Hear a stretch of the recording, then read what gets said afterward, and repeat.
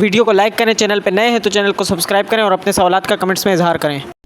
نحمدہ ونصلی ونسلم علی رسولہ الکریم، اما بعد، اعوذ باللہ من الشیطان الرجیم، بسم اللہ الرحمن الرحیم۔ چند ساتھیوں کے اصرار پر کہ آپ حزب البحر کی تفصیل کریں، تو حزب البحر پر جتنا کلام کیا جائے اور جتنی تفصیل کی جائے کم ہے، کیونکہ یہ ایک بہت بڑا عمل ہے حزب البحر، اور سلسلہ شاذلیہ کا عمل ہے یہ۔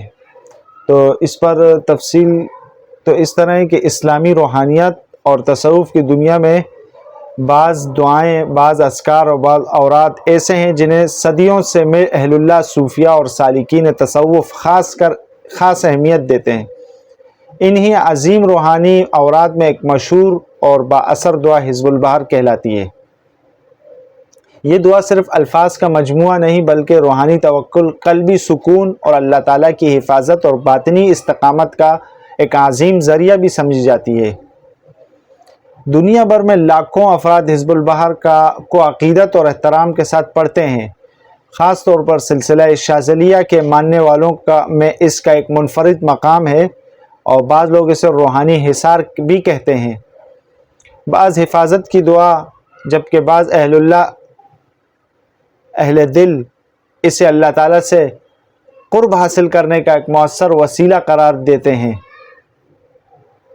حزب البحر کا لغوی مطلب، حزب البحر دو عربی الفاظ پر مشتمل ہے، ایک حزب اور ایک البحر۔ عربی زبان میں حزب کا مطلب ہے وظیفہ، مخصوص دعا، روزانہ پڑھا جانے والا ورد یا روحانی نصاب، اور جو دوسرا عربی لفظ ہے البحر، اس کا مطلب ہے سمندر۔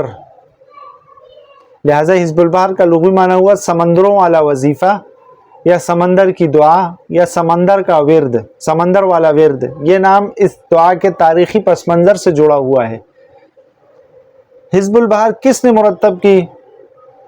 حزب البحر حضرت امام ابو الحسن علی الشاذلی رحمۃ اللہ علیہ سے منسوب ہے۔ آپ سلسلہ شاذلیہ کے عظیم بانی، ولی اللہ اور مشہور صوفی بزرگ تھے۔ آپ کا شمار اسلامی دنیا کے بڑے روحانی ائمہ میں ہوتا ہے۔ یہاں تک کہ مجدد الافسانی رحمہ اللہ نے فرمایا کہ اگر امام ابو الحسن الشاذلی میرے دور میں ہوتے تو میں ان کا مرید ہوتا۔ آپ نے علم شریعت، تصوف، تزکیہ نفس، ذکر اور روحانی تربیت میں غیر معمولی مقام حاصل کیا۔ آپ کی تعلیمات کا بنیادی مقصد یہ تھا کہ انسان اللہ تعالیٰ سے تعلق کو مضبوط قائم رکھے، دنیا میں رہتے ہوئے بھی اللہ کو یاد رکھے اور روحانیت کو شریعت کے تابع رکھے۔ حزب البحر کا تاریخی پس منظر، روایات کے مطابق امام ابو الحسن شاذلی رحمۃ اللہ علیہ ایک مرتبہ سمندری سفر پر تھے، جو میں پہلے بھی حزب البحر کی ویڈیوز میں نے ایک مختصر سا بیان کیا ہے۔ آج میں تھوڑا تفصیل سے اس پر کلام کروں گا کہ حزب البحر کا پس منظر کیا ہے تفصیلی طور پر۔ روایات کے مطابق امام ابو الحسن شاذلی رحمۃ اللہ علیہ ایک مرتبہ سمندری سفر پر تھے۔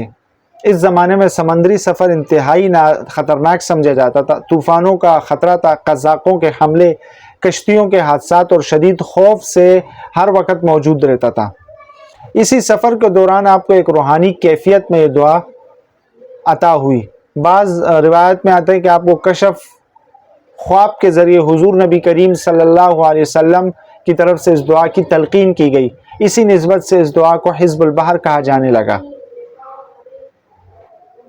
حزب البحر کی ساخت، الفاظ۔ حزب البحر ایک جامع روحانی دعا ہے جس میں قرآن کریم کی آیات، ادعیہ معصورہ، دعائیہ کلمات، اسماء الہیہ، استعاذات، توکل اور اللہ تعالیٰ سے حفاظت اور نصرت کی دعائیں شامل ہیں۔ یہ دعا انسان کے دل میں اللہ پر اعتماد، خوف سے نجات، روحانی سکون اور باطنی استقامت پیدا کرنے کی کوشش کرتی ہے۔ حزب البحر کا مقصد کیا ہے؟ تو حزب البحر کا اصل مقصد اللہ تعالیٰ کی پناہ طلب کرنا، دل کو مضبوط کرنا، روحانی سکون حاصل کرنا اور انسان کو اللہ کی طرف متوجہ کرنا۔ یہ کوئی جادوئی منتر یا پراسرار طاقت نہیں ہے، بلکہ دعا ہے، ذکر ہے اور توکل کا ایک روحانی نظام ہے۔ چونکہ قرآن مجید میں اللہ تعالیٰ نے فرمایا ادعونی استجب لکم، تم مجھ سے دعا کرو میں قبول کروں گا۔ تو یہ دعا اسی آیت کے تشریح بھی اس کو کہا جا سکتا ہے کہ یہ دعا میں اکثر الفاظ دعائیہ ہیں اور توکل اور ذکر کا ایک روحانی نظام ہے۔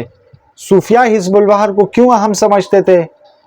کیونکہ سلسلہ شاذلیہ کے علاوہ دیگر سلاسل کے جو صوفیہ اور اہل دل اور اہل اللہ ہے، ان کے معمولات میں بھی یہ حزب رہا ہے۔ تو اس وجہ سے میں نے یہ سوال قائم کیا کہ صوفیہ اس حزب کو کیوں اہم سمجھتے تھے، صوفیہ اس حزب البحر کو کیوں اہم سمجھتے تھے۔ یہ انشاءاللہ ہم نیکسٹ ویڈیو میں آپ کو بتائیں گے تفصیل کے ساتھ۔